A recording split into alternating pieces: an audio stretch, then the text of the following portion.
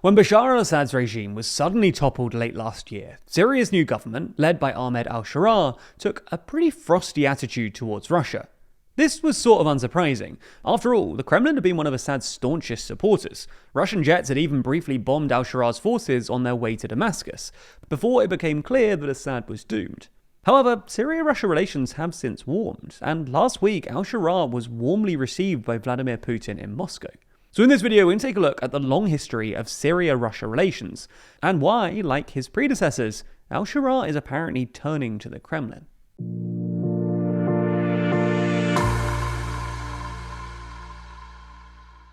Never miss an episode and always feel in the loop by subscribing and ringing the bell. So, let's start with a bit of context.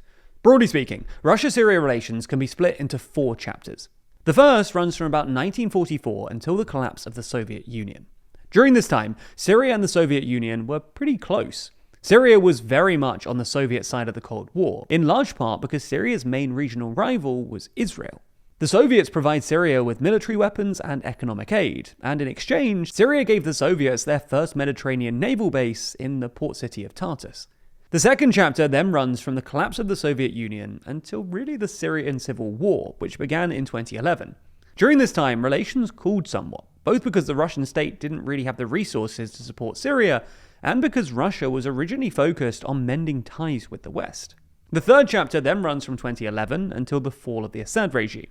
During this time, Syria and Russia became close allies, largely because Russia intervened in the Syrian civil war on behalf of Syria's then president Bashar al-Assad. For context, Assad was an authoritarian dictator who had taken power after the death of his father and predecessor Hafez al-Assad, who himself had been in power since 1970. The Arab Spring sparked anti-Assad protests across Syria, which provoked a vicious reaction from Assad's security forces, which quickly morphed into a brutal civil war. While Russia's air campaign, which only began in 2015, generally gets the most media attention, it's worth noting that Russia supported Assad from the very beginning of the war. In 2011, for instance, Russia vetoed a UN Security Council resolution condemning the Assad regime's use of force against civilians, and continued to supply the regime with weapons. In defending their pro-Assad position, Russian politicians made frequent reference to Libya, where the downfall of Gaddafi, another Russian ally, had given way to a messy civil war. Specifically, Russia accused Western powers of misconstruing UN Security Council Resolution 1973, which established a no-fly zone over Libya and, quote, authorized member states to take all necessary measures to protect civilians while excluding a foreign occupation force of any form.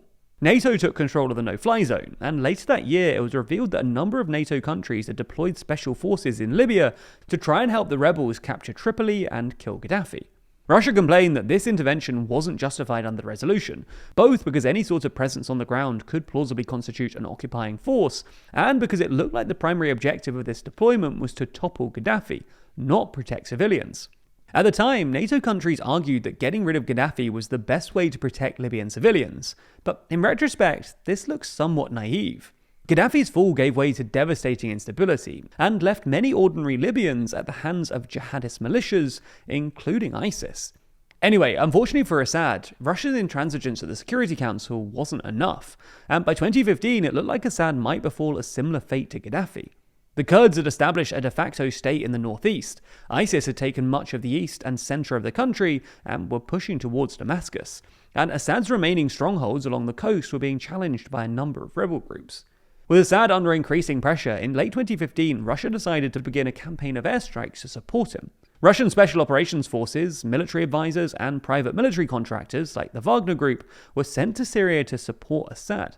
And this effort was essentially successful. Assad was able to hold on to power and began retaking territory from about 2017 onwards. Anyway, the final and 4th chapter begins with Assad's unexpected fall late last year, after a rapid offensive by Islamist rebels from their stronghold in Idlib down the coast towards Damascus.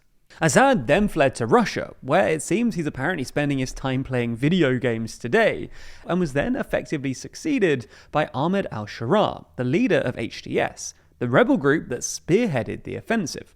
Unsurprisingly, given that Russia had backed Assad, and Russian jets originally tried to defend Assad against the rebel offensive, relations between the new al-Sharaa government and the Kremlin were originally pretty tense. While al-Sharaa didn't sever diplomatic ties, he reportedly demanded that Russia hand over Assad and pay reparations.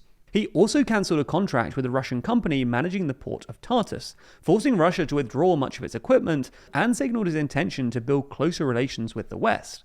However, in the past couple of months or so, Syria-Russia relations have warmed, culminating in al-Sharaa's visit to Moscow last week.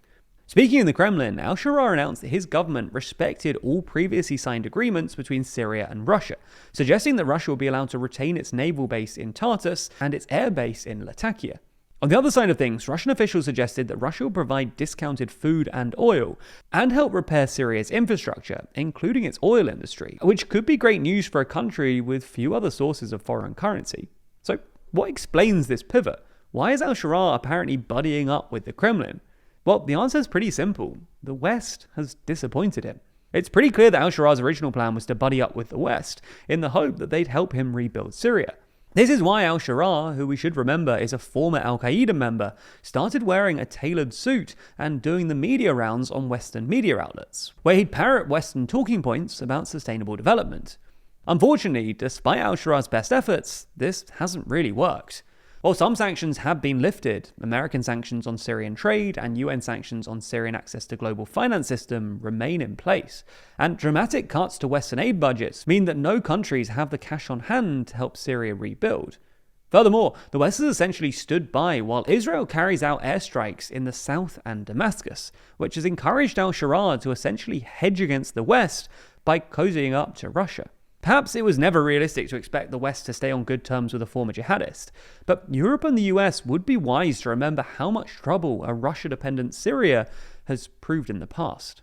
Before you go, we've just announced our new coffee table book, Assembly Required, a 300-page book which highlights 27 of the world's most beautiful parliament buildings, from the classics like the British Parliament in Westminster, to the US Capitol or the Hungarian Parliament, to ones you might not expect, like New Zealand, Bhutan or Bangladesh. For each parliament, we don't just show beautiful photos of these actually incredible buildings, we also tell you the stories behind the buildings, both through passages written by our team, as well as through detailed custom-designed floor plans and diagrams. We really did spend a long time on this too. We spent ages digging into the stories of parliament buildings all around the world, before narrowing it down to just the most interesting and beautiful buildings, writing tens of thousands of words to tell you their stories. We've also made both desk and wall calendars based on Assembly Required too, allowing you to experience these beautiful buildings year-round. Both are also double-sided, providing tons of bonus images for you to enjoy.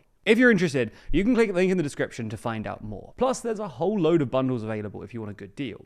Plus, if you do want a copy, then you can get 15% off anything Assembly Required by using the code ASSEMBLY. That code only lasts for this week, so if you're interested, now's your time. Anyway, this is just another way that you can help fund our journalism. So if you are interested, then your support will help us to continue investing in our journalism, as well as providing free content for years to come.